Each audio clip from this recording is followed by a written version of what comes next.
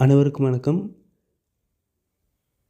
TNPSC search engine YouTube சேனலில் இன்றைக்கான current affairs பார்க்கலாம். 8 மே 2025 பஹல்காம் பயங்கரவாத தாக்குதலுக்கு பதிலடி கொடுக்கும் விதமாக பாகிஸ்தான் மற்றும் பாகிஸ்தான் ஆக்கிரமிப்பு காஷ்மீர் பகுதிகளில் அமைந்திருந்த 9 பயங்கரவாத முகாம்கள் மீது இந்திய இராணுவம் செவ்வாய்க்கிழமை நள்ளிரவு ஏவுகணைகளை வீசி தாக்குதல் நடத்தியது. இந்த தாக்குதலுக்கு பாகிஸ்தானில் செயல்படும் லஷ்கர்-இ-தொய்பா பயங்கரவாத அமைப்பின் நிழல் அமைப்பான the resistance front பொறுப்பேற்றது.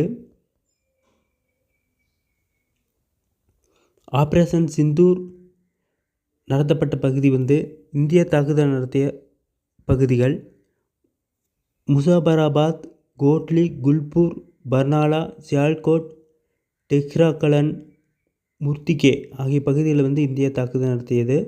Pakistan Poonch அப்படிங்கிற இடத்துல தாக்குதல் நடத்தினாங்க. ஊடகங்களுக்கு விளக்கிய பெண் இராணுவ அதிகாரிகள் ஆபரேஷன் சிந்தூர் துல்லிய தாக்குதல் விவரத்தை ஊடகங்களிடம் தெரிவிக்க 2 பேர்த்த நியமிச்சிருக்காங்க. கர்னல் சோபியா குரோசி மற்றும் விமானப்படை விங் கமாண்டர் வியோமிகா சிங்.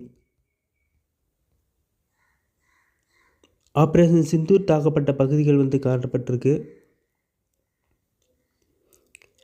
தற்போது நிலவரப்படி பாகிஸ்தானில் லாகூர், கராச்சி ஆகிய பகுதிகளில் ஹரோப் ட்ரோன்கள் மூலம் 200 கிலோமீட்டர் தொலைவு அளிக்கக்கூடிய ஹரோப் ட்ரோன்கள், அதாவது தற்கொலைப்படை ட்ரோன்கள் மூலம் தாக்குதல் நடத்தப்பட்டிருக்கு.